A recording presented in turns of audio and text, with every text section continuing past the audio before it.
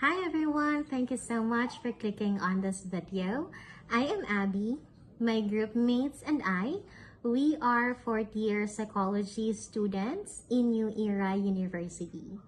One of our requirements in our subject, Legal and Ethical Standards in Psychology, we are going to present today the Maria Clara Doctrine. I hope you'll enjoy the presentation and gain knowledge about the topic. So without further ado, let's go ahead and discuss what is Maria Clara Doctrine. The doctrine helps support women's testimonies in court, giving their claims more weight and encouraging them to come forward without fear of being dismissed. However, it also brings challenges because the doctrine is based on a stereotypical view of Filipino women as Maria Clara. It can sometimes create unrealistic expectations. If one behavior doesn't align with his stereotype, her credibility may be questioned, which can lead to unfair treatment.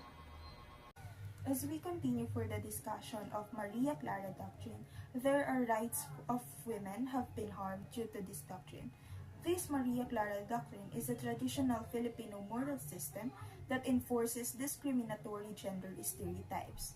This premise often ends up in victim blaming, denies women's feelings of trauma, and hinders their capacity to seek justice by portraying women as naive and submissive.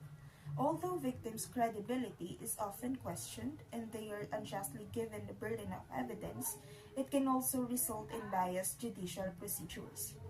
This tradition acts in opposition of several laws that are meant for protecting the rights of women. Women empowerment and legal protections are the main targets of the Magna Carta for Women, the Anti-Rape Law, and the Anti-Violence Against Women and Their Children Act.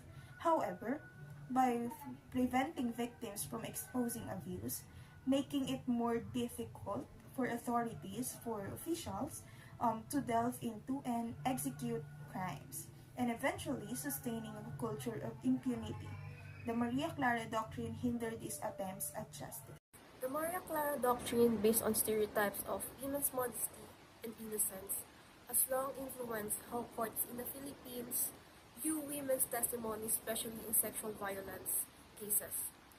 While initially intended to protect, this doctrine often limits fair treatment for women who don't fit traditional gender expectations. To address this, we need strong legal protections and training. First, amend policies to ensure credibility is assessed without gender bias, focusing on evidence, not stereotypes. Second, train judges and law enforcement in gender sensitivity and trauma-informed approaches to dismantle biases around real victim behavior. Additionally, we recommend public awareness campaigns to educate society about the impact of stereotypes on legal fairness, improve support services for survivors so they are assessed based on their cases' merits, and regular monitoring of court cases to identify patterns of judicial bias. Together, these strategies not only address the immediate biases of Maria Clara Doctrine, but work to create a more supportive and biased legal system.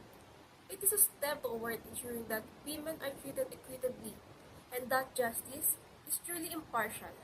Thank you. Thank you for watching. The Maria Clara Doctrine. It has a big impact on the justice system in the Philippines, and addressing it is an important step toward equality. Together, we can help build legal system that respects and empower all women, regardless of how they choose their lives. Let's continue this conversation on making our justice system fairer for everyone. Thanks again for watching, and we hope you learned more about the Maria Clara Doctrine today. Remember, real justice comes from treating each person fairly and respecting everyone's individual rights.